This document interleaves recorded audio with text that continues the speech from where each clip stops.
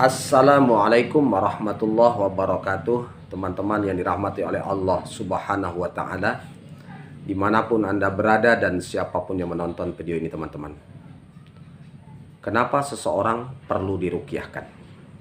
Dan apa manfaat daripada ruqyah itu?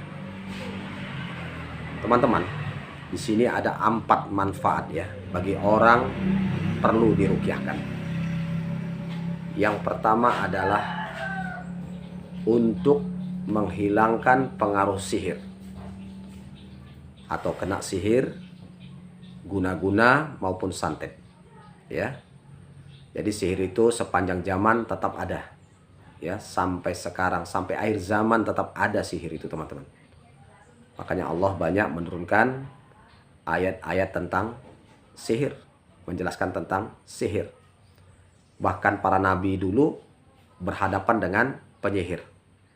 Bahkan Rasulullah SAW pernah disihir ya, penyihir yang kelas tinggi ya, teman-teman. Kurasa sampai sekarang ini mungkin akhir zaman tidak ada yang lebih tinggi, penyihir yang lebih tinggi daripada yang pernah menyihir Rasulullah SAW, yaitu salah seorang Yahudi namanya Labid bin Al-Aqsam. Beliau pernah menyihir Rasulullah SAW sampai Rasulullah tidak teringat ya giliran terhadap istrinya. Rasulullah kena sihir. Kemudian ditemukanlah buhulnya, yaitu sisir dan rambut Nabi yang diikat, yang diletakkan di sebuah telaga. Kemudian Rasulullah SAW diruqyahkan oleh malaikat Jibril alaihissalam.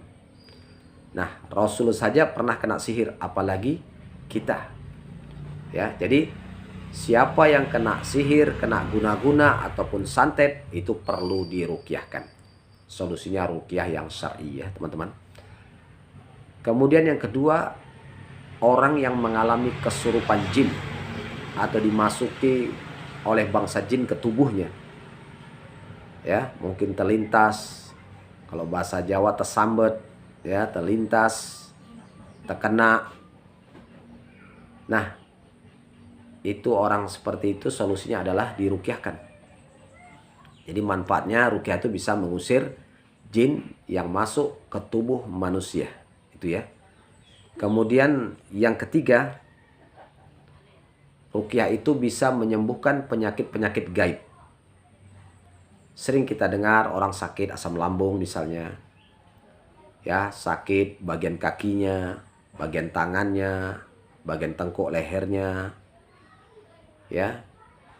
Kadang ada pembengkakan ya, nanti diobatkan ke dokter tak sembuh-sembuh, bahkan menurut dokter tidak ada penyakit, netral ya, tidak ada penyakitnya, tapi dia merasakan sakit yang luar biasa.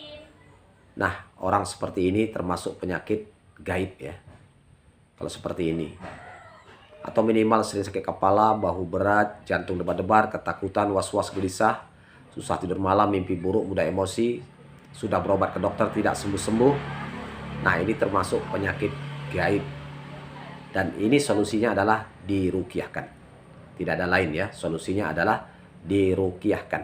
Jadi itu manfaatnya, bisa menyembuhkan orang yang terkena penyakit gaib dengan cara ruqyah syariah. Kemudian yang keempat ya, ruqyah itu bisa meningkatkan kualitas ibadah. Mungkin selama ini ibadahnya malas-malas, berat ya, atau tak mau ibadah, payah, ada keinginan mau ibadah tapi kayak berat, payah ya, payah sekali. Dia berusaha untuk ingin ibadah tapi payah. Nah, ini juga perlu diruqyahkan, teman-teman. Atau ibadahnya susah untuk khusyuk ya, susah untuk khusyuk ya, tidak tenang. Nah, ini juga perlu diruqyahkan karena ada was-was dari setan ya. Jadi perlu diruqyahkan orang seperti ini. Dan alhamdulillah ada beberapa orang yang mengadukan halnya kepada saya seperti itu. Susah kali Ustadz, mau ibadah susah kali, tolong ruqyahkan ya kan, tolong ruqyahkan. Dia minta ruqyah, susah kali untuk ibadah. Nah, Alhamdulillah banyak yang sudah berhasil ya teman-teman dari sebab ruqyah ini, dan itu manfaat ruqyah yang luar biasa. Demikian teman-teman ya, mudah-mudahan video ini bermanfaat. Barakallahu fikum. Assalamualaikum warahmatullahi wabarakatuh.